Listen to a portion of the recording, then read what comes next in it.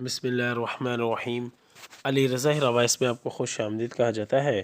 رب ارحمہما کما ربیانی صغیرا، اے میرے رب میرے ماں باپ پر اس طرح رحم فرما جس طرح انہوں نے بچپن میں مجھ پر کیا تھا۔ صحابہ کرام کے مردوں کا زندہ ہونا۔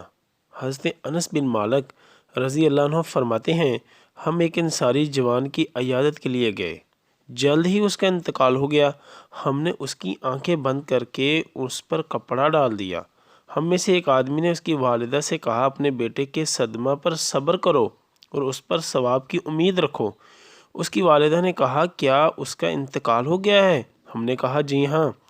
اس پر اس کی والدہ نے اپنے دونوں ہاتھ آسمان کی طرف اٹھائے اور یہ دعا مانگی، اے اللہ میں تجھ پر ایمان لائی اور میں ہجرت کر کے تیرے پاس آئی، اور جب بھی مجھ پر کوئی مصیبت یا سختی آئی اور میں نے تجھ سے دعا کی، تو نے وہ مصیبت اور سختی ضرور ہٹائی۔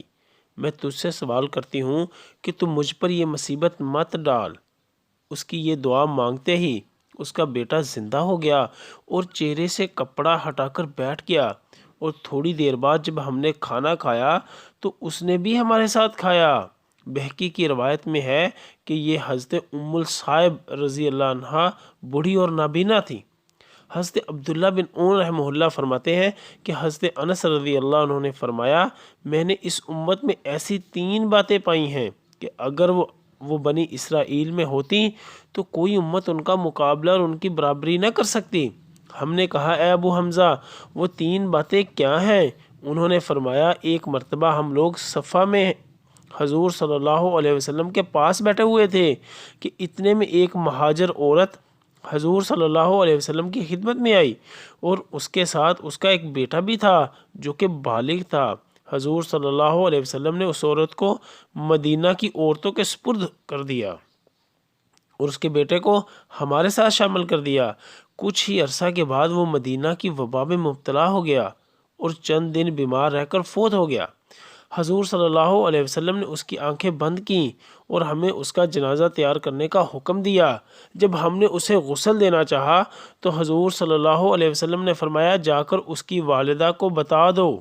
چنانچہ میں نے اسے بتا دیا۔ وہ آئی اور بیٹے کے پیروں کے پاس بیٹھ گئی اور اس کے دونوں پاؤں پکڑ کر اس نے یہ دعا مانگی، اے اللہ میں اپنی خوشی سے مسلمان ہوئی اور میرے دل کا میلان بتوں سے بالکل ہٹ گیا، اس لیے میں نے انہیں چھوڑا ہے، اور تیری وجہ سے بڑے شوق سے میں نے ہجرت کی، اور مجھ پر یہ مصیبت بیچ کر بتوں کے پوجنے والوں کو خوش نہ کر، اور جو مصیبت میں اٹھا نہیں سکتی وہ مجھ پر نہ ڈال۔ حضرت انس رضی اللہ عنہ فرماتے ہیں، ابھی اس کی والدہ کی دعا ختم نہیں ہوئی تھی کہ اس کے بیٹے نے اپنے قدموں کو ہلایا اور اپنے چہرے سے کپڑا ہٹایا اور زندہ ہو کر بیٹھ گیا، اور بہت عرصہ تک زندہ رہا، یہاں تک کہ حضور صلی اللہ علیہ وسلم کا انتقال ہو گیا اور اس کے سامنے اس کی ماں کا بھی انتقال ہوا۔ یا اللہ خاندان اہل بیت کی سچی محبت ہمارے دلوں میں راسخ فرما۔ یا رسول اللہ صلی اللہ علیہ وسلم ہمارے ماں باپ اور ہماری آل اولاد آپ صلی اللہ علیہ وسلم پر قربان ہو، آمین یا ارحم الراحمین۔